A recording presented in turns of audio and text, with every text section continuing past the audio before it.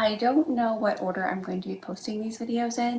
I did just finish editing and uploading my birth, like labor and delivery vlog. It's a very scary video to post, I think. And so I'm waiting for my mom and my sister to watch it. And then I'll probably have Ben watch it first too. My sister was there, filmed everything.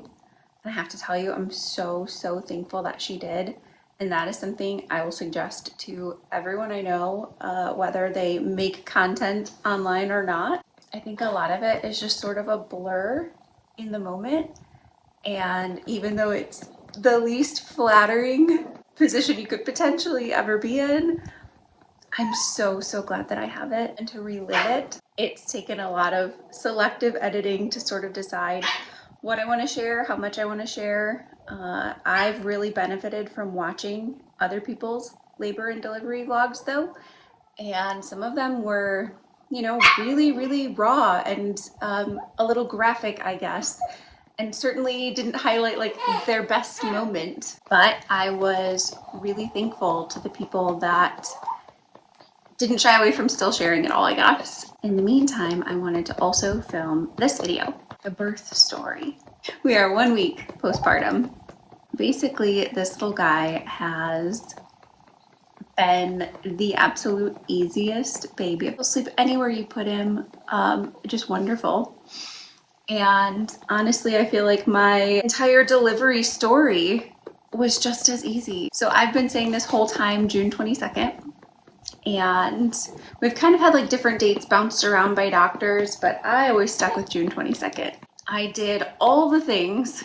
Obviously I stayed very active up until the end. Even while I was in early labor, I was still doing all the farm stuff. I actually started my labor technically in Costco, which I joked with everyone was going to happen, and then it did. So the whole time I wanted him to wait until the Costco trip. It's so silly. Wanted him to wait because I wanted to stock up on some stuff, but that I wanted him to come. So that was Monday was Costco, but I wanted him to come before Thursday because Thursday was when I had another doctor's appointment, which was in Athens. And so I figured save myself that trip and just make the trip to the hospital instead. So that gave him a window of Tuesday and Wednesday, the 21st and 22nd. And he did exactly that. So yes, kind of started in Costco. And then on the way home, for sure, my mom was driving me home. I told her I'm having some serious cramping right now. It feels like period cramps, but stronger. But we ignored it. Mom life. He's asleep for 3 hours, start filming. He wakes up when he's hungry.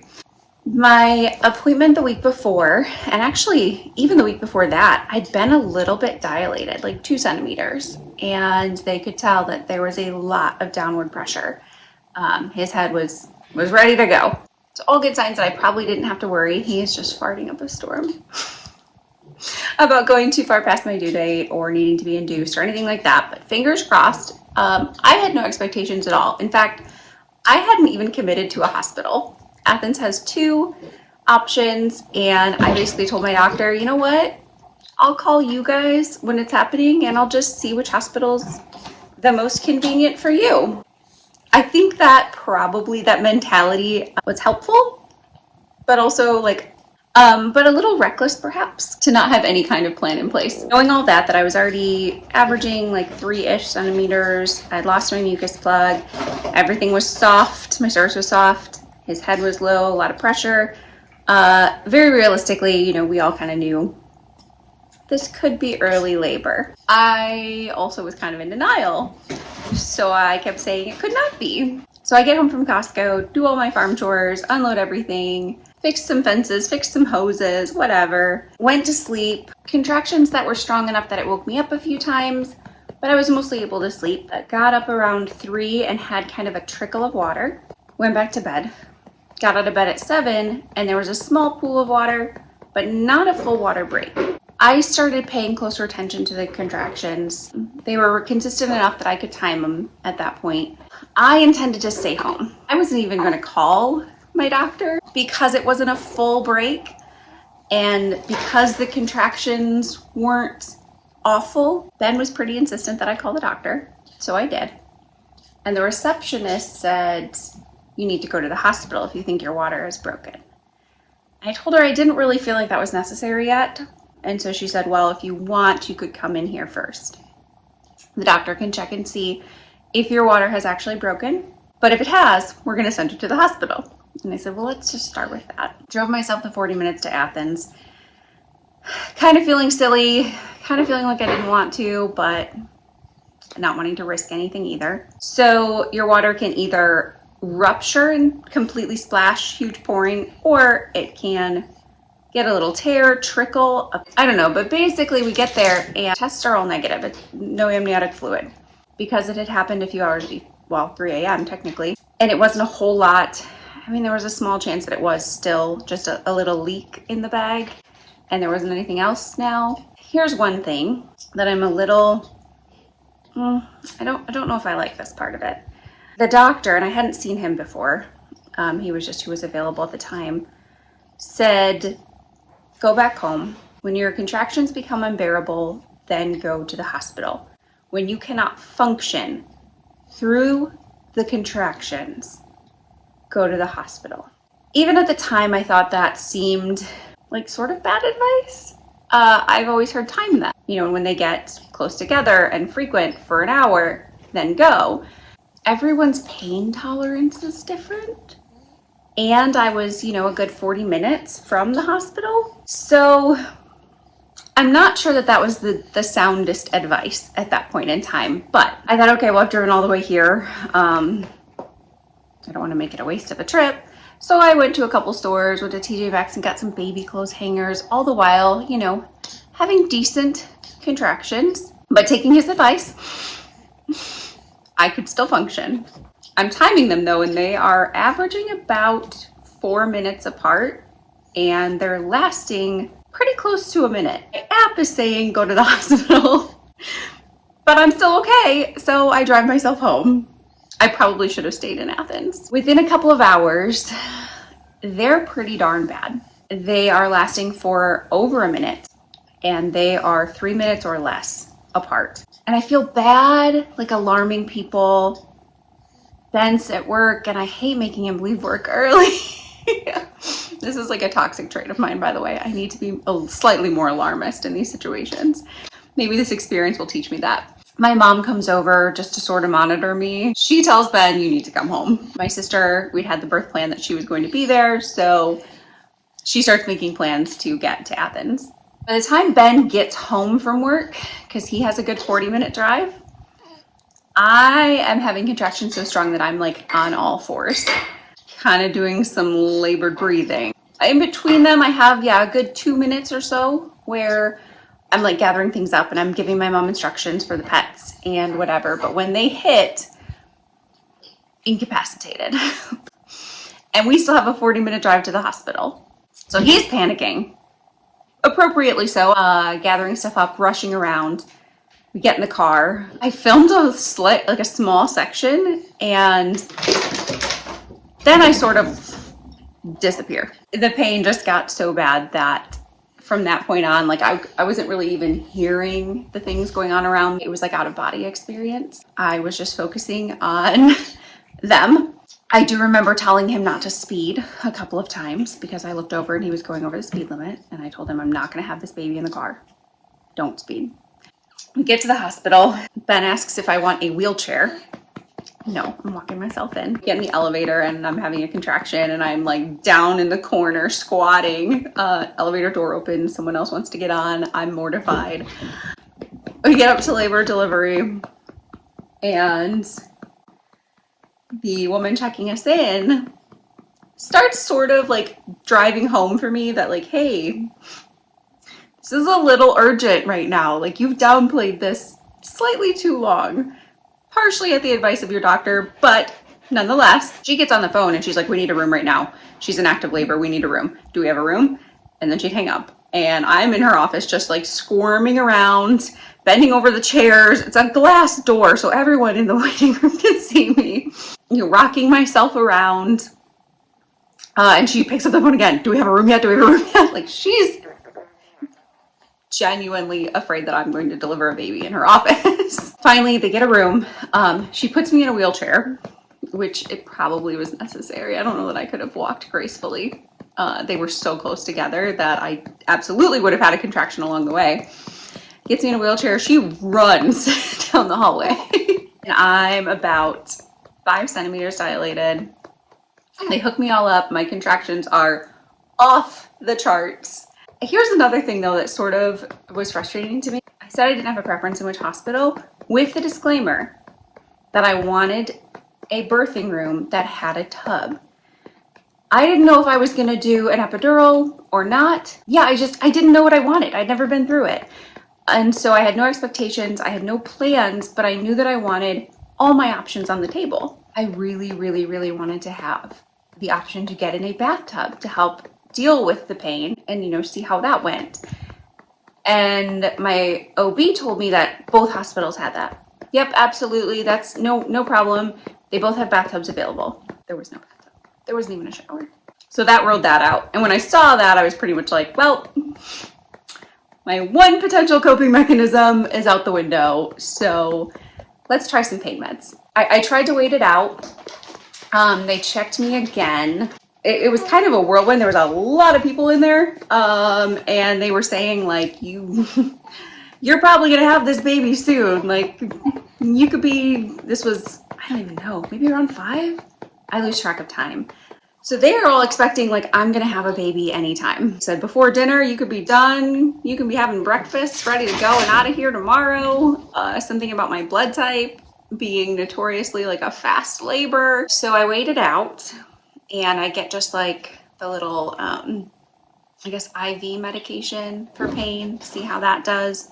Didn't touch the pain at all. They checked me again. I'm 6 centimeters dilated. I'm watching the contractions shoot through the roof on the thing. And finally, I think around 8, I was like, yeah, let's try this epidural thing out. So we do the epidural.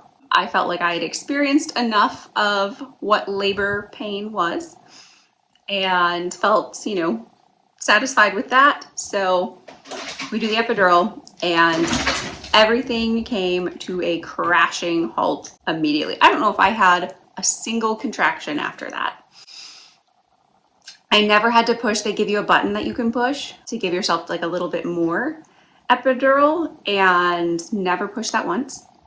I was very comfortable all night long. So they asked right away if we would want to do Pitocin, and I probably, retrospect, I should have said yes. This was again at around 8, and I said, yeah, let's wait and see if it continues on its own. So we decided to hold off on that, not do it right away. Probably should have, looking back, if I had said yes, especially like just the lowest dose of Pitocin, we would have had him that night. I just wanted to wait and see a little bit. One of the other little issues that I have with the experience was that our nurse didn't really come back in and check on us much. I mean, she came back in, my blood pressure was low. And so there was always something beeping. And so she had to come back in when we called her to deal with the beeping stuff often. Otherwise though, for instance, I had to they flipped me to my side and left me on that side all night long from 8 p.m. until just before day shift got there, I think at like 7 the next day, when they finally flipped me over and brought me like a wedge for behind my back and a peanut ball for between my legs and some extra pillows for around me. None of that happened all night long. And I do remember telling my sister, even through the epidural, that I was starting to feel a ton of pain in the hip, my left hip that I was laying on. You know, I wasn't sure if that was normal or what, so I didn't do anything about it. And come to find out, in researching and in talking with other people, ideally to help try and keep contractions coming and also to keep your patient comfortable, they should have been flipping me from side to side like every hour at most. Some people say every 30 minutes. So for like nearly 12 hours, I laid on that one side, kind of in pain for the last half. And I will tell you, my recovery The most painful thing the 2 days following was that hip. I was limping because it hurt so bad. That was like the one little negative thing, I guess. The other though was that they didn't offer me Pitocin again until day shift got there. I declined it that night and said, let's revisit this though. Like right now, no. And by midnight, we had decided, we changed our minds. Like, yes, we want Pitocin, and we should have been more vocal about it, but so that's as much on us, I guess, as it was on them. But when day shift got there, pretty much the first thing they said was, hey, do you want the lowest, tiniest amount of Pitocin? And also, do you want us to break your water? It was still intact for the most part. And that's when the doctor told me that sometimes it can like close itself, or the pressure or whatever can kind of stop up a leak. I don't know. We said yes to both of these things. And immediately, right back where we left off. Contractions are through the roof. I can feel them slightly, but I can deal with it. The pressure, almost instantly from when they broke my water, almost instantly I had the pressure to push. And sure enough, they checked me, 10 centimeters, can feel the whole baby's head, and it's time to go. Like instantly. It was crazy. And then within 30 minutes, I pushed for about 24 minutes. Within 30 minutes, there he was. And the actual delivery was so easy. Again, I could feel a lot of it, but I wanted that. That was the only thing that held me back, made me kind of reluctant in getting an epidural potentially, was that I wanted to feel the delivery. I don't really know why. I didn't want to feel the contractions. I'd felt those. I get it. I know what those are. I got to feel it. So like I knew when it was time to push instantly. And I felt all the pain associated with it, but it wasn't unbearable. I'm assuming, it kind of took the edge off still. And it was such a short, fast delivery. There's clips that some of it is there, some of it isn't, but I'm laughing during it, in between pushes. And at one point I tell my sister to like flip the camera, like priorities. His head is half delivered. I look up at her and she has the camera up and down, and I tell her you have to flip it for YouTube. That was that, and he came out absolutely perfect. There wasn't a moment where they like even had to take him away from us for anything. I had one first-degree internal tear. That was it. It was incredible. And so I think it was almost too smooth because, well, number one, my sister was like, I was hoping that you would make this look worse so that, maybe my baby fever would calm down some. Same goes for me though. I think it was so easy, and my recovery has been such a dream, and he has been so easy that where it stands right now, I'm so in love with him that I would have like 100 babies, which is insane because I'm the person that said I never wanted to have a baby of my own. I wanted to exclusively like foster and adopt. I'm so in love. It was a surreal feeling at first. Some people get that instant like rush when their baby comes out. Their whole world changes. They've never loved anything more. It's just this overwhelming, everything. I didn't get that, to be totally candid. He came out and it was like shock for hours. I was more just, like in awe, overwhelmed. He's a baby, and who doesn't love a baby? Like I didn't feel that crazy feeling just yet. I feel it now. So we had to stay in the hospital. My sister had to go home. We were moved to the mom and baby ward for just one night. And then the next day we were released. It was all very like uneventful. He was already doing a fantastic job sleeping and eating. He latched immediately and has been the best eater. Yeah, he was born at 9:54 a.m. on the 22nd. And 7 pounds 9 ounces, 19 inches long, and his name is Huxley. or Huck or Lee or Hux. We did not decide until probably a couple hours before we were released. It was like the last thing we had to do to get out of there. You guys may have noticed in my nursery tour, if you were really paying close attention, I pulled out a baby book that is about a mouse that is a ghostwriter of stories, and his name is Huxley. I first heard it years, and probably 10 years ago, with my sister when Starbucks put out a cup that has a little mouse in the bottom, like a little figurine mouse in the bottom, and it has a quote, something about like reading a book and taking a long nap, and the quote is by Huxley the mouse. And so I thought it was the most adorable name, and so I loved it. So it's been like on my little list of potential baby names for a long time. Ben did not like it at first, but it was also the only name that throughout the whole pregnancy we both tested out on him. It felt funny until like the minute he came out. I remember at one point looking down at him and thinking like, you kind of look like a Huxley.